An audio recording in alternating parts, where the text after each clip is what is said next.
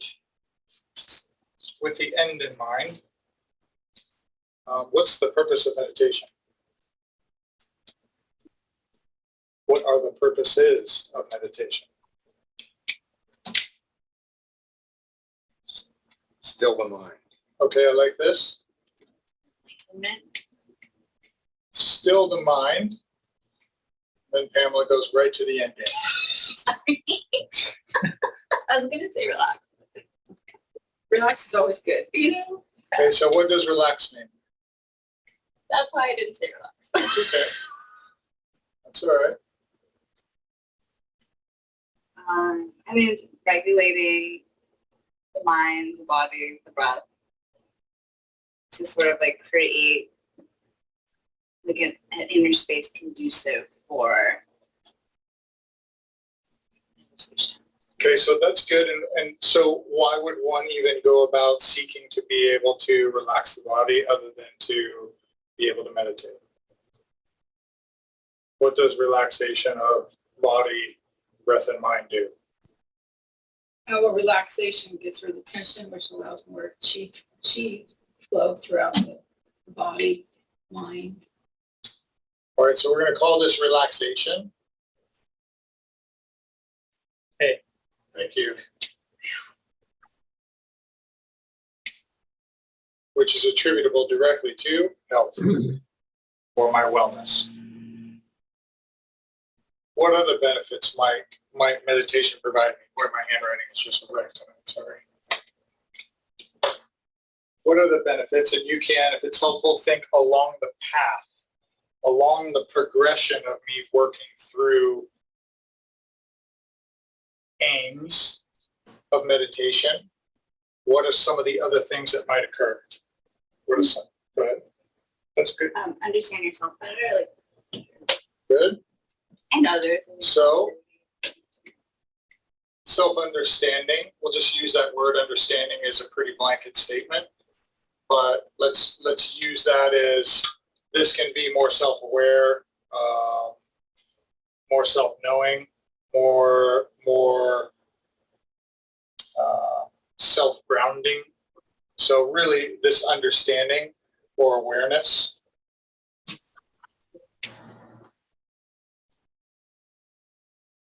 All great. What else?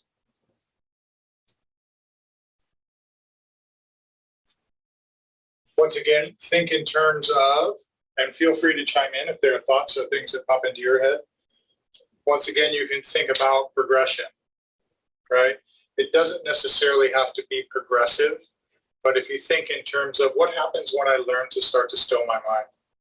What happens when that creates an environment where my body, breath, and mind begin to relax, and I begin to find health and vitality? What happens as I come to maybe understand what's going on in my body while I'm working through those practices? Go ahead, Bruce. Well, you're striving toward neutrality, and so that neutrality allows you to find self-awareness, work on outstanding problems that might be hidden by the chaos of the daily life. Mm-hmm. So this also in some respects is in a bit like self-understanding, but let's call this self-refinement, or maybe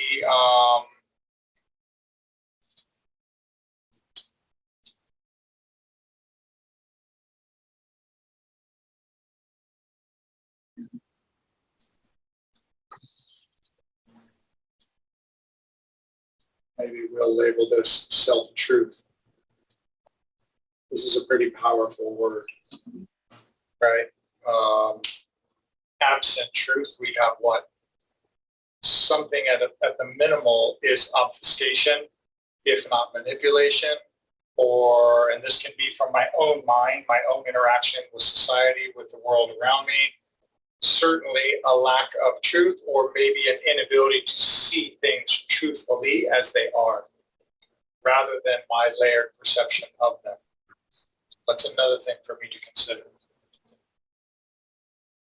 So we haven't touched on it yet, which is interesting. I'm still returned to nature, to my original self, or to the spirit self, without all the artifice, without all of the changes, the manipulations, the construct that we build in modern life, right?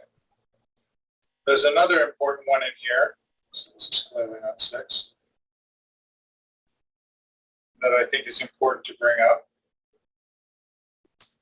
So in both Buddhist and Taoist traditions, what about meditation as it pertains to religion?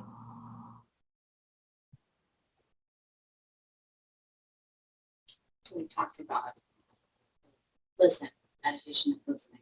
It's talking to Okay, so that's fine. I like where your thought is going, and is talking to God religion. It could be. I'm just asking the question. No. I think, I mean, we're kind of a little bit beyond return to nature, but it's also connecting back to source. If that's God, if that's the Tao, Apologies. and that would be the source of religion. So you're almost bypassing the religion, the doctrine, and going to the ultimate source. Okay, here we go. So now really what we're talking about is what? Breaking free of The Matrix. spiritual bondage. Right. Whoa, bondage. What do you mean spiritual bondage? What are we talking about? The bondage that dogmatic spiritual traditions apply to you. What does that mean? You know, the rules, the regulations, the process, the procedures, the kowtows, all of the things, all of the rigors of structure, right? Because clearly God outlined all of those, so we've got to make sure we, fall in line. So Just got rid of 7 again. I did. See? It's infinity to get to enlightenment.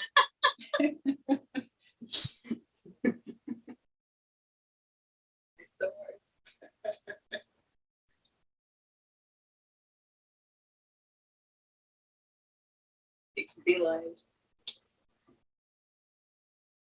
So freedom from spiritual bondage, that's an important one.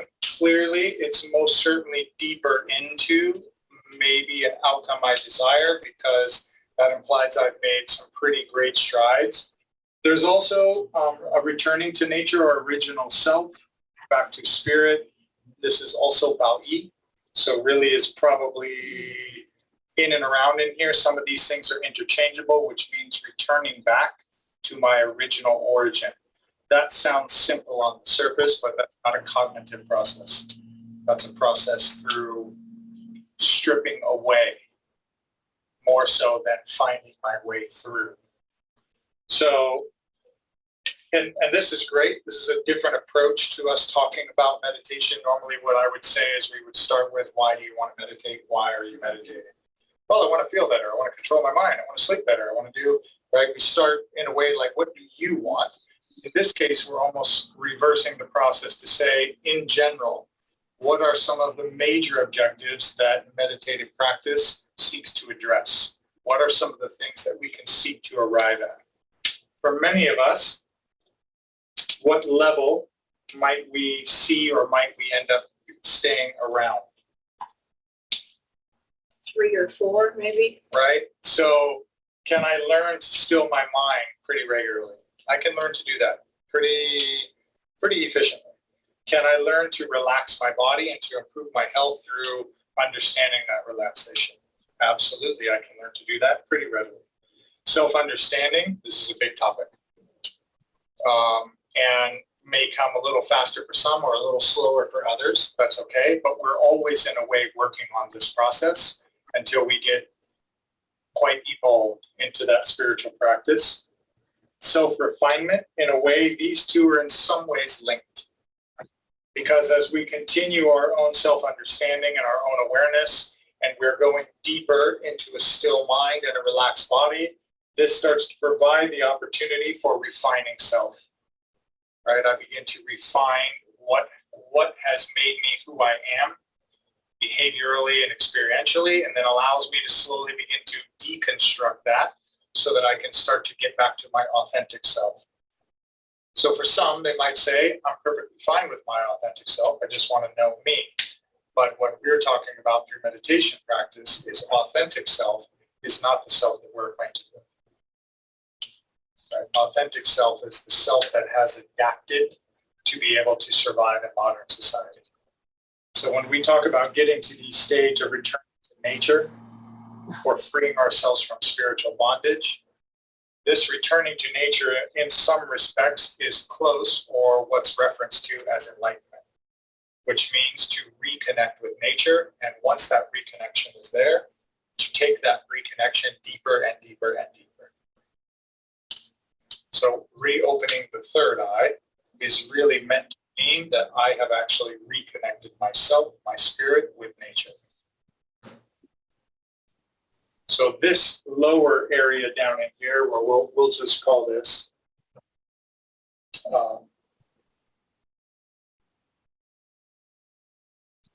I call this unification. The man, sorry, I know that's very sexist. Man and nature.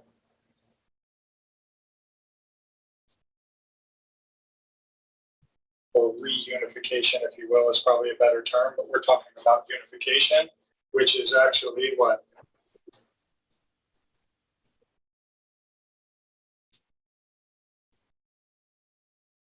Say it again. Oh, I said becoming one. Yeah, that's what many of us might refer to as enlightenment, or opening your third eye. Yeah. Is that where the process ends, by the way, for those of you who are a little further along? I reopen my third eye, I'm all done, I'm a Buddha, right? No. Well, you could be a Buddha, but yeah.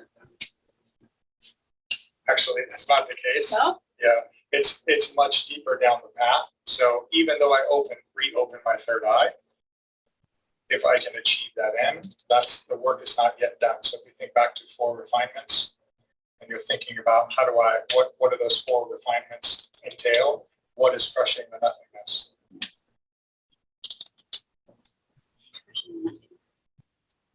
That's about my. Being a Currently, that's how I started.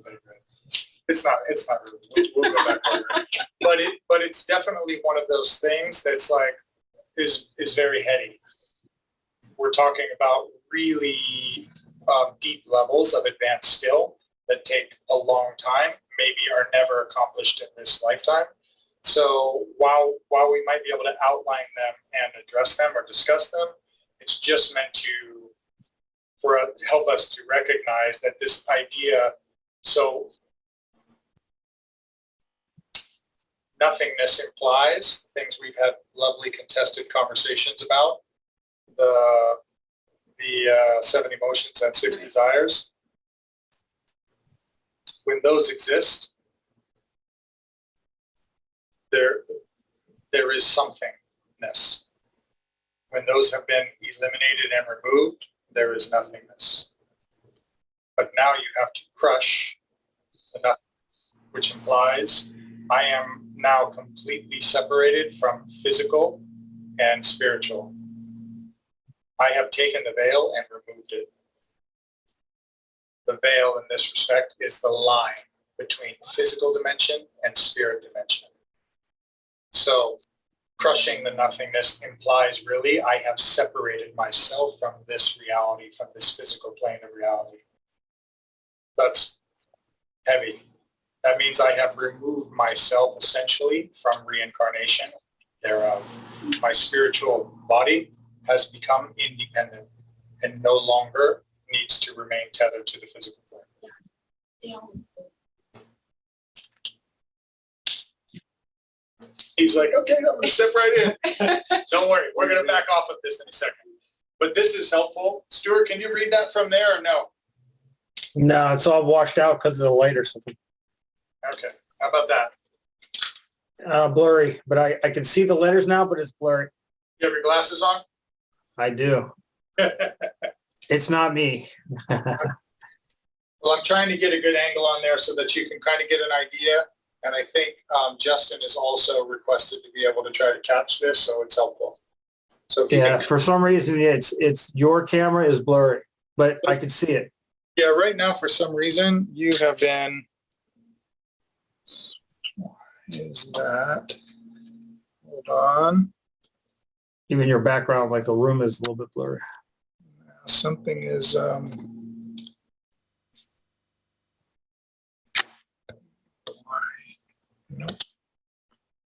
Sorry, team. Hang tight just a second.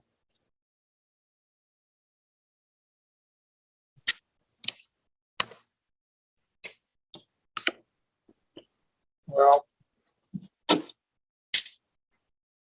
that's probably the best I'm going to be able to do. So, number one, still the mind. Number two, relaxation or improve health. Number three, self-understanding or self-awareness. 4, self-refinement. It's just a label that I put on there, which really is to try to work towards self-truth. That really means to strip away kind of the artifice of who I think I am and start to recognize more of who I really am, truthfully. Return to nature or to my original self, back to spirit. This implies that I continue to go deeper, really. And the part of myself that I think is so important starts to be stripped away. What am I existing on an island alone, minus the matrix? This is, in a way, my commune with nature. What I am is what I really am, not what I perceive myself to be. Number 6, free from spiritual bondage, or to free myself from spiritual bondage. 7, unification of man and nature, which really means, or reunification, that's enlightenment or opening the third eye. So these are not actually the order or any given order. These are some approaches to why meditation might be meaningful. So we're going to switch gears and jump into how does this happen? How do I start this progression? So what we're going to talk about, I think, in brief, because I want to make sure we get a chance to downregulate and try to breathe a little bit tonight, is talking about stilling the mind and relaxing the body so that I can start to work towards a bit more self-understanding. So these 3 are the most important ones to begin my practice.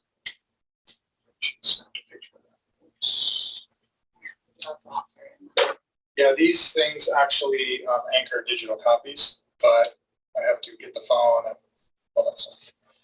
So,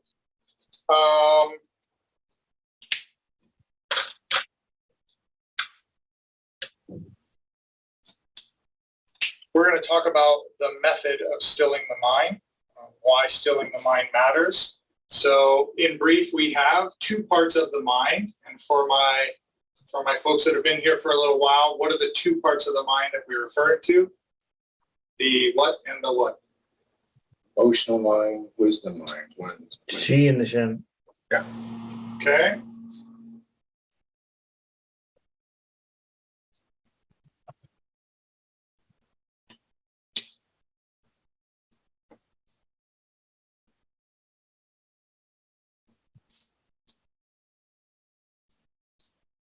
So I tend to draw this in kind of a 3-dimensional cube because to me, visually, it's easier to understand that the person that you see or that I interact with in the mirror is the forward-facing aspect of that cube, meaning that's the mask that I wear to interact with all of you, with society, etc.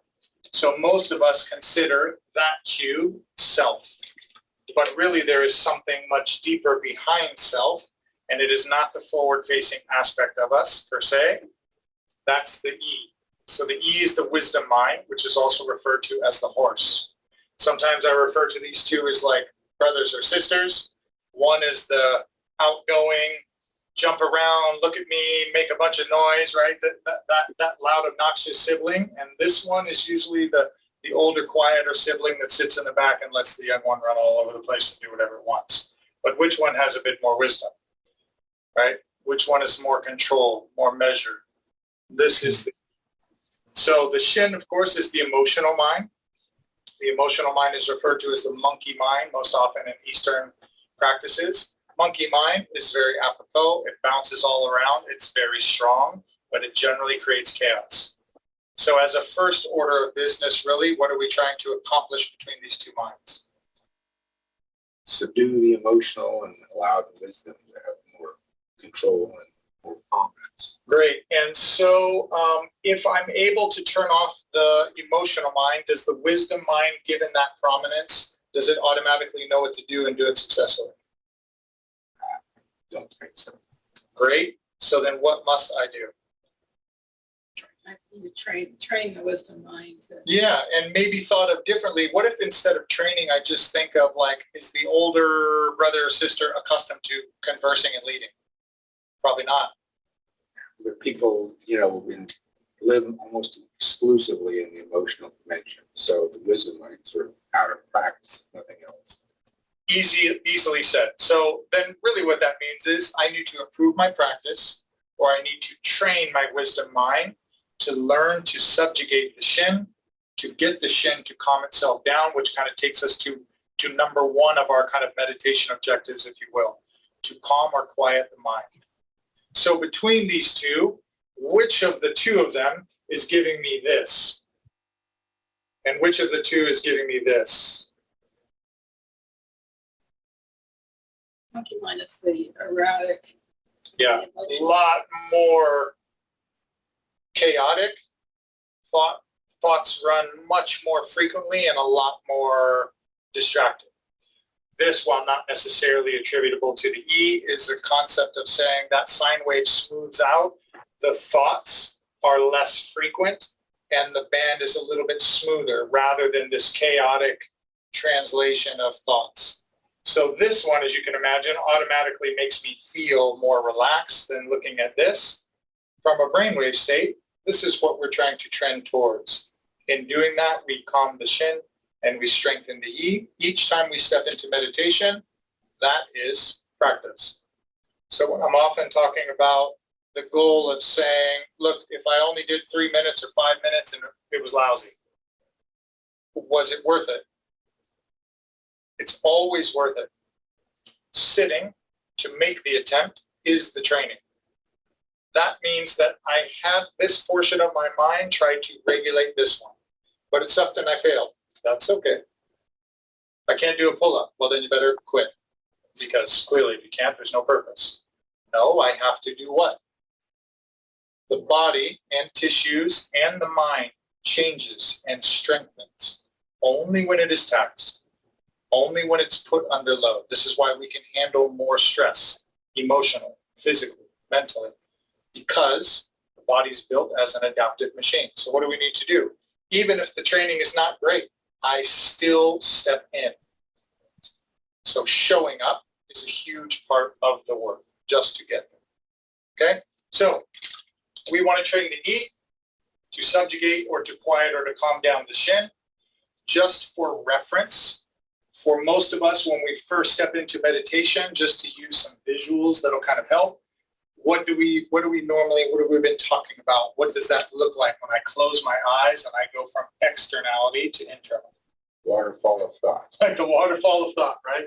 So really, we're talking about I close my eyes and I'm ready for the peace, but then no peace. Yeah, so often we're talking about this kind of cascading, if you will, of chaotic splashing that takes place when all of these thoughts are crashing down. So said differently, the white noise, right? that black and white fuzzy screen that most of us used to have, you don't see so much anymore. So that idea of this kind of implosion of thought that for many new meditators makes me realize, wow, I had no idea my mind is so chaotic. But really important distinction. If I see the chaos, what am I seeing the chaos with? First off, what is the chaos? What are the thoughts or what is causing the thoughts? What am I doing tomorrow? What do I got Great. to work tomorrow? So that's what they are, but what's creating them? Monkey mind? Yes, this one is creating them. So if I'm watching what it's creating, what am I watching it with?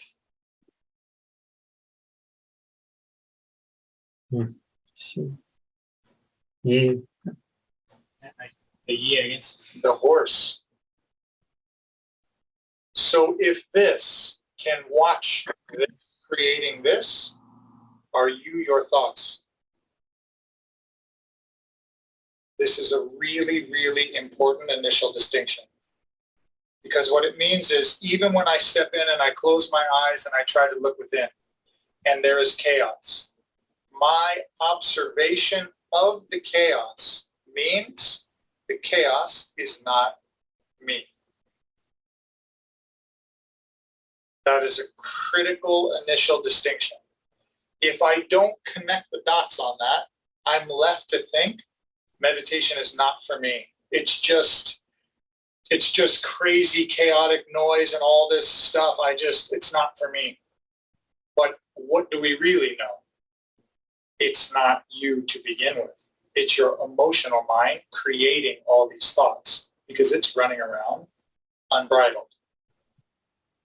Okay, that doesn't change my waterfall out of the gate, but it does let me know I'm now observing myself and my mind for the first time. I'm watching what my emotional mind does. This is a critical aspect of becoming an effective meditator. So I go through this process of watching the chaos. My second goal, after observing, my second goal is to do what with the monkey? So the monkey is being crazy. What do I need to do? Restrain. Okay, so I need to restrain the monkey. How do I do that?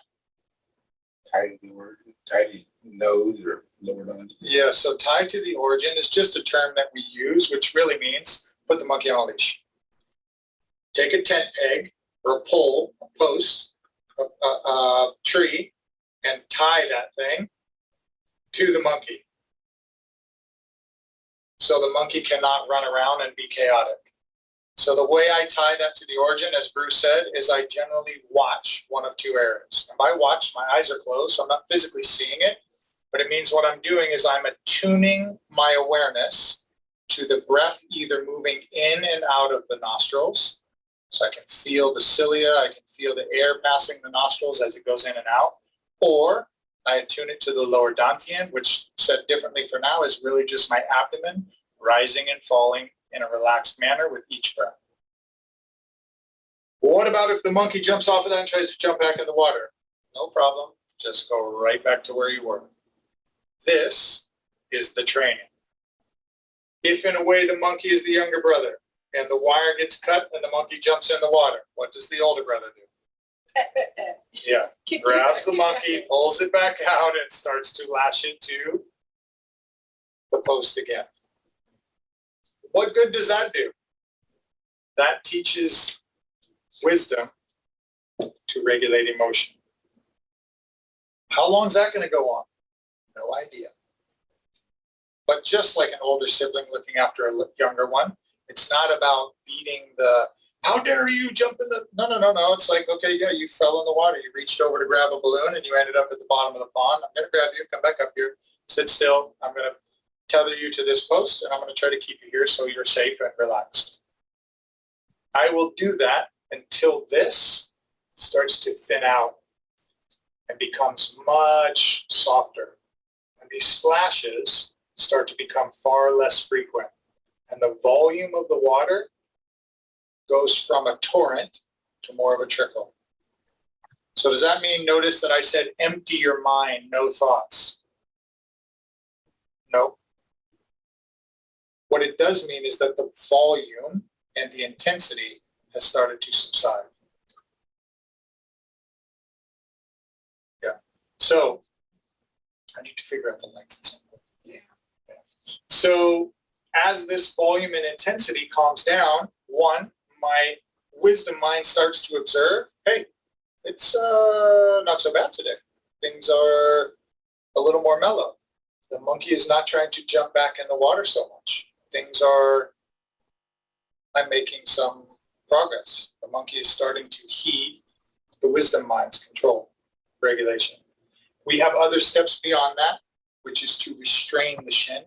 That in essence means you go and sit down next to the monkey and restrain it so it can no longer jump out. That restraint is yet another level of regulation, which means the wisdom mind has become stronger and is from a loving kind of understanding perspective, trying to restrain the shin from going out and thinking about things to create more chaotic thoughts. Right? What's the third? Remember? Understand. Yeah. To comprehend.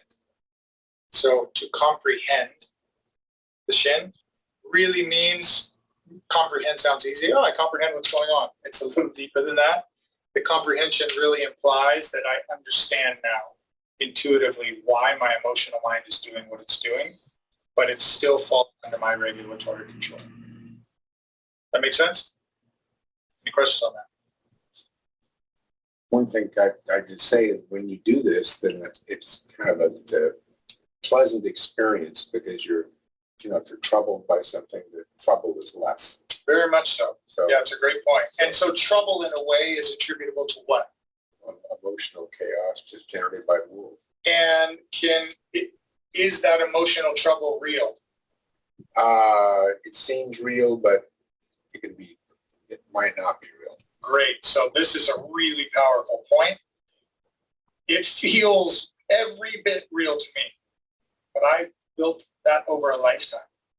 When my emotional mind says, you're about to die, I listen.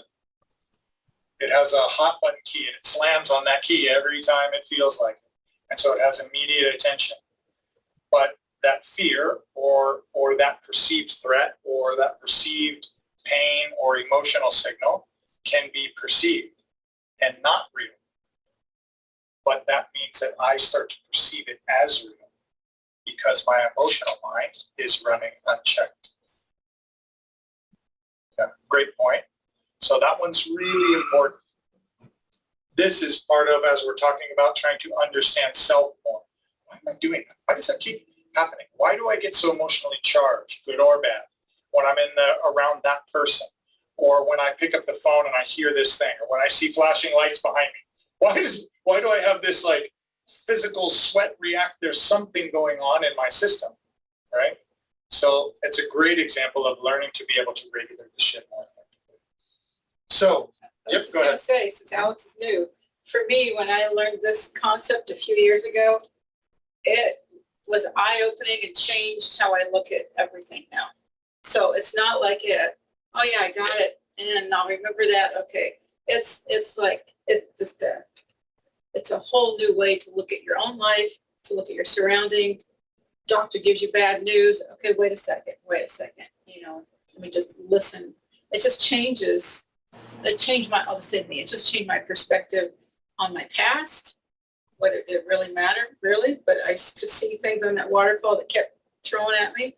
And the future, and it changed. Can I really pull back and have a better, smarter, more connected to the truth mind? Help the chaotic, scared little girl that's like, oh my God, this doesn't feel very good. And the answer is yes. The answer is yes. It's amazing. Yeah, that's great. See for real quick, what is Yep. the bridge between what we're talking about is when you're practicing meditation and you're dealing with your thoughts as you're sitting there in solitude, whatever you're doing to work on that aspect of, but what's the bridge between that and then dealing with something that happens immediately in a day-to-day basis? So like when that person you're dealing with or the wife says something or a person says something and it's something that triggers you and you get pissed, or something like that, whatever that emotion is, how does that equate? What's the bridge between sitting alone and thinking about what's happened and working through it versus getting yourself to where you don't react in a real lifetime situation? Yeah, so there's a misnomer. I'm not thinking about anything. Okay. When I'm sitting in stillness, I am not asking my conscious mind to think about a thing. Quite the opposite. I am in fact using my wisdom mind to subjugate any thinking. Well, what about if you're out at happy hour? You are now operating in the matrix. People are bringing things, they're walking by you, there's stuff, you have people at the table, you are in chaos. That said, if you're asking how does one affect the other, that takes us to another aspect of the conversation, which is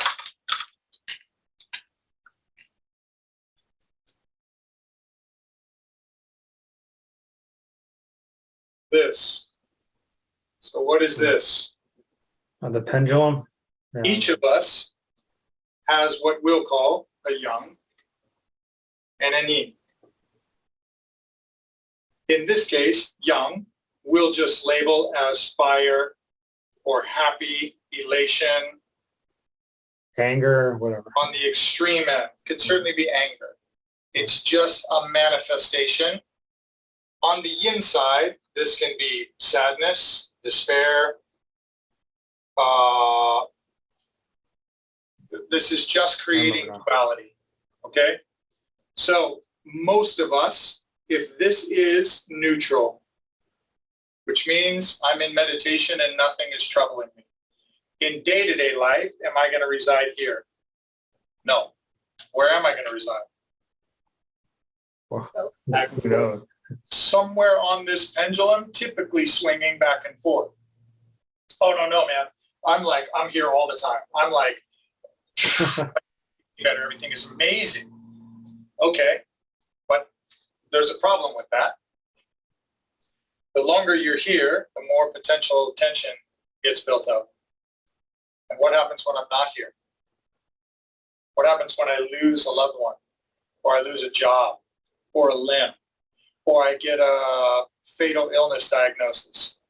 Well, I'll pretty much be here still. No, you won't. You're going to swing as far, if not farther, to the other end of the spectrum as you were on this one.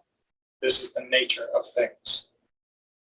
So our objective in simplicity is every time we sit to use the emotional mind to try to regulate, or rather use the wisdom mind to regulate emotion, we are seeking to understand what neutrality feels like. We are seeking to gain truth about what happy and sad really means. Are you really happy? Are you really sad? Are you really sure? This is an interesting question. Look up Viktor Frankl's book, Man's Search for Meaning. At once you say, well, clearly, if I'm happy, that's happy for sure. What are you happy about? And without digressing too far, are you happy because you just had the birth of a child? Are you happy because you've just killed the fifth person in your string and you have yet to be caught? I'm confused. Which one is happy? Where does happy get assigned? It gets assigned here. Okay. Serial killers aside, it drives home the point. Oh, serial, they're not happy.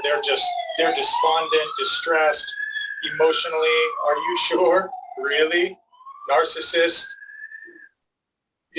Sociopathic or psychopathic. There's a range of things. So without going down that point, all I'm here to say is that this tends to be a sign. My perception of what is good and what is bad is what leads me to be happy or be sad or any of the other emotions on the spectrum. So what does meditation do for me and why does that matter? Because as I stay in this position more readily, I become clear about what these emotions really are, what creates those emotions, what causes them to shift and change, and more importantly, to find out what is the reality of those emotions based on what my emotional mind is doing. Meaning, are those emotions real or assigned? As I'm sitting, I begin to recognize what my emotional mind does, causing me to swing from one place to the next. What happens over time through practice is the wisdom mind recognizes the behavior of the shin, and I end up veritas, back towards center, much faster. It should be said, this is a very important point and distinction for people who have been meditating for a while, generally not beginners. At some point, if you meditate long enough, you may find yourself residing in this space and not much else. For some, that's a delightful outcome. For others, that is a crisis. Because this is not who I thought I was. I thought I was this person. And now I find myself here all the time and I don't seem to care about anything or anyone. Something is broken. I must be broken. I must be on the wrong path. I'm becoming something different. I don't understand what's going on with me. This is the work. And it's a crisis for those around you Yes. because they are used to interacting with a person Yes. that exhibits certain behaviors on the pendulum. And then when you're like, hey, not Yes. a big deal for horrible, not a big deal for great, then that's a little, it's a little surprising to yourself. It's surprising to those around you. To varying degrees. But this is not to say that you have we're not changing someone's personality, so to speak. You can still be, if you're a pleasant person, you can still be a pleasant person. You just don't have the emotional throws one way or the other. Right? You're not like Spock. You're not walking like. But are you really pleasant to me any longer then? Because before, whenever I would speak to you, you'd always encourage me and you'd lift me up and you'd make me feel better about myself and you'd tell me it's going to be okay and it's going to work out. And you don't really do that anymore now. So I don't really know how I feel about you. I mean, is that good or not? I don't know if that's good. Our life. This is our reality. This is blue pill, red pill. The beginning stages. The problem is all of us have lived our lives with a representative, meeting everyone we come in contact with, including our family members. But the representative is not us. It's who we've convinced ourselves that we are. That's not our authentic self. And this can be in stark contrast to who we've made ourselves believe we are, one way or the other. So for some, that is too much, right? You can imagine very much being in a relationship, for example, or a marriage or otherwise, and one person goes deep into this practice, and the other is like, you are not even the person I married anymore. I'm not even sure we have things in common that I thought we did. It's a little scary. For sure. It's like you say, you don't know someone until you live with them or whatever. You still don't know them. Yeah. That's You know this aspect of them, and you know how this aspect is willing to engage with you based on those new parameters. Okay. Yeah, I want to ask, Yes, no, it's fine. Go ahead. just with the pendulum and then the center, meditation keeps you, at some point will keep you closer to that, no wild swings anymore. But I'll just speak for me. The more I was able to do the yi and the shin and look at myself that way, and then through meditation, get to a more neutral point with more predictable timing, and it helped me to recognize just myself, not for my interactions with other people, when I got thrown off. If I get a phone call, my dad's in the hospital and I can't go, I thought I was okay, and I said to my husband and other people, okay, now he's 88, this could be it. But when I went to sit, I couldn't concentrate on anything. Or when I went to breathe, instead of breathing for 14, 18 seconds at a time, I did it for 3 or 4. So I was able through this process to measure myself consistently and pretty good. And then when things happen, I knew, oh no, I've gone off center. So now I know what I need to do to come back. Yeah, so I'm gonna just take one more step for you on that, which is the observation of yourself starts to come from recognizing that the way you are feeling is not necessarily you and is not necessarily truthful. It may be, but it may not be. So the ability to recognize when something is off and the tools that you build to sit back and say, okay, clearly something is not quite right. I'm using my wisdom mind to understand what my emotional mind is doing. And then to authenticate that. Is it reasonable that I am responding this way emotionally based on everything I know? In that respect, I am in a way thinking, or I am using the E. And in a way, I wouldn't have you sit down and go, so I wonder, why is that? Is that because I'm having X, Y? No. How do I use the E to understand the Shin, for those of you that are in practice? This is an important distinction from your question earlier. Go ahead, Bruce. It isn't an intellectual exercise. That's right. Because that would, the intellectual dimension is the emotional mind. That's correct. So then what must I do? So you just have to still your mind and kind of rely on, some people might call it your soul or your instinct or your connection with the Tao. Yeah, so Your conscience, maybe that's the sure. The term I like to use is arrive at a knowing. What the heck does that mean? Knowing is not thinking. It's knowing. Which means that I've moved myself, to Bruce's point, and what I thought you were going to say was neutrality. Oh, Right? To do what? To get myself to neutrality. But I can't. I'm emotionally in chaos right now. That's okay. Then I use other methods to be able to downregulate my breath and my body, to normalize my energetic flow, right? We're building skills around recognizing what's going on and out of normal operating. Then we make adjustments in order to get to neutrality, to enable knowing, to find that truthful authenticity, which is going to come from the wisdom aspect. It's the yin side. This is the yang side. Okay? All right. So what does all of these things, how do all of these things work in conjunction? What is this neutrality thing? How do we seek to get to neutrality? Which is kind of, I won't say the last, but one of the more important aspects of what we're trying to accomplish. That is this. I'm sorry, we're running behind, which is, I know, startling and shocking to all of you at the same time. I love that Alex gets everything on this first class. It's not just Alex. Yes, I know, but Right. This is so I have needed to redo this for a while.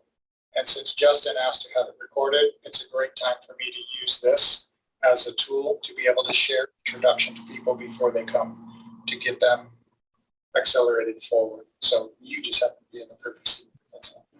Yeah. So of these,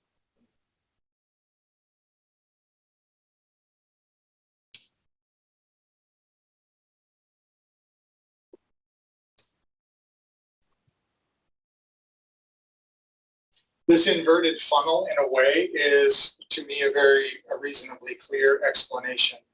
So these, greater and lesser, are, some of them are just ideas.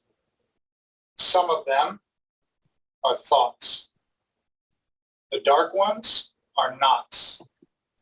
Knots, really, we refer to as chi knots typically, are effectively like emotional traumas, certainly what I would call layered experiences that are negative to me, meaning like I have a relationship or a boss who always likes to,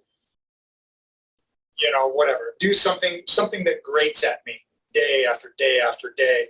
And so I build up kind of, in a way, a knot, an encrusted pattern of emotional response, like the flashing lights with the cops, right? I know exactly why my heart rate increases, and that was from my youth. That is an encrusting of behavior that caused that physiological response. That's a knot. Good example, right? I know you understand this example, right? He's a car guy. So But this can come from other things, right? It can come from childhood traumas that I'm unclear about. It can come from any number of different things, or just something I'm really struggling with, right? A big decision, something that's really meaningful to me or I feel is meaningful to me. And so it's assigned a lot of emotional energy and content. So often I refer to these in a way like a Gordian knot, if you know what those are, like a monkey knot. They're all knotted inside each other, and it seems like you're not even clear where to start unraveling the knot. It's woven so tightly together. So really our goal in this case, relative to the funnel, is to try to arrive at this neutral point. So I refer to this center section as neutrality.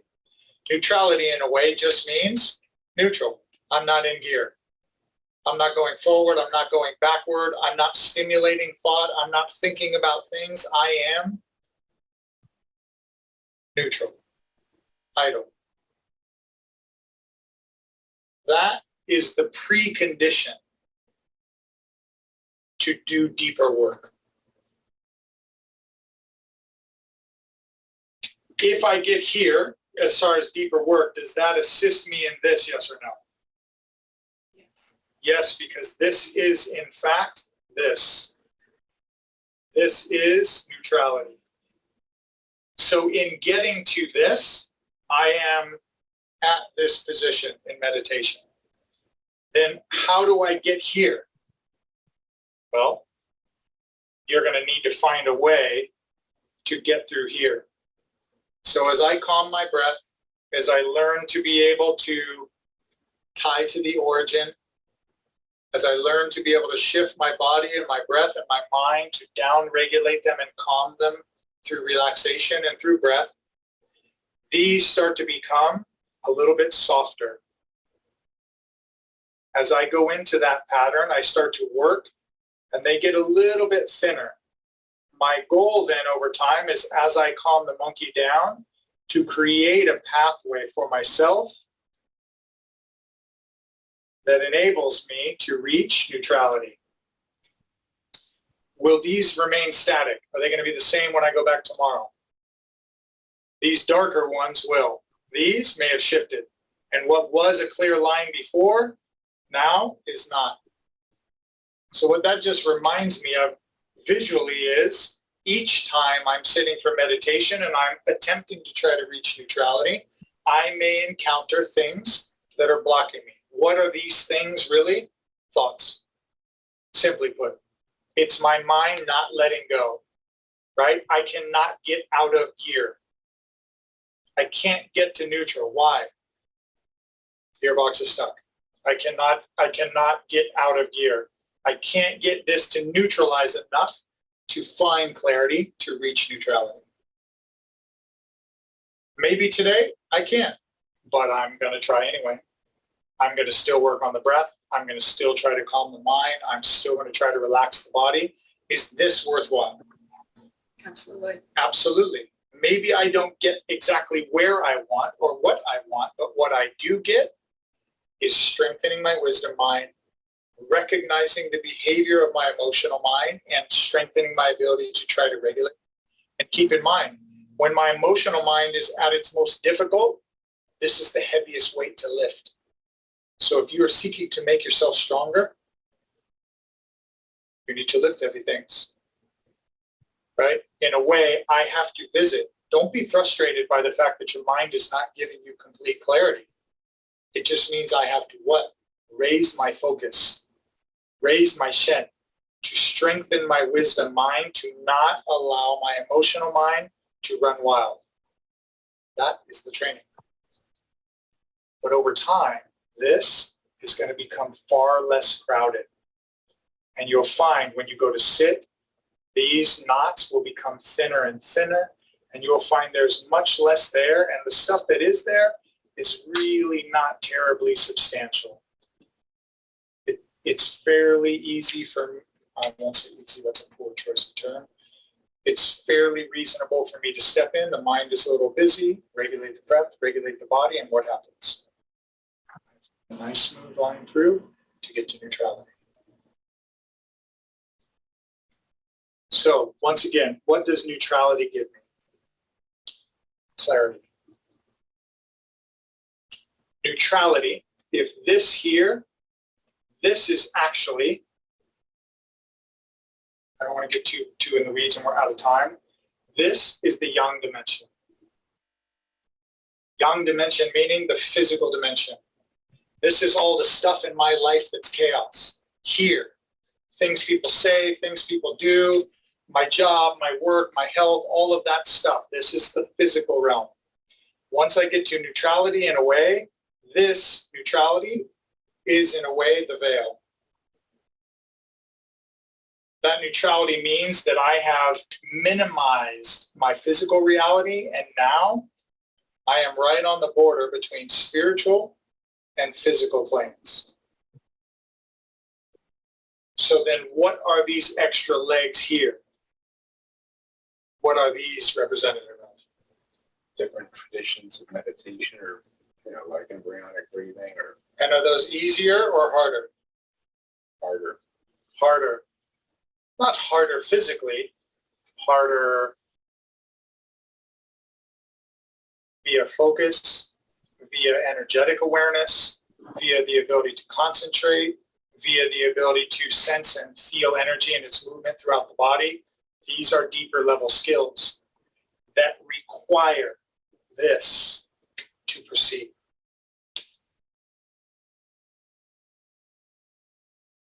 That's it. I'm pro now. See? Easy peasy. Wow, that was great. Super easy. It was great. We were supposed to sit and meditate, but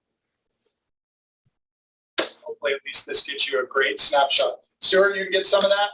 Yeah, I'm good. I appreciate that, Seafood. Thank you. Sure. Yep. I know it's a little tricky to see.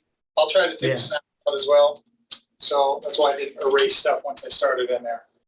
So when we come back to class and we're working on Mondays, really, and we're not going over all of this stuff, what are we essentially trying to do?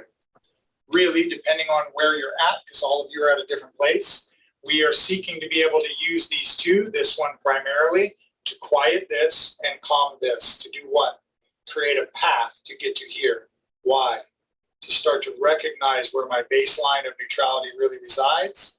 And for those of you who are a little further along, to potentially create the condition to either do advanced practices or to use the methods to learn to get rid of those deeper knots or traumas that do not want to leave or that surface throughout my practice.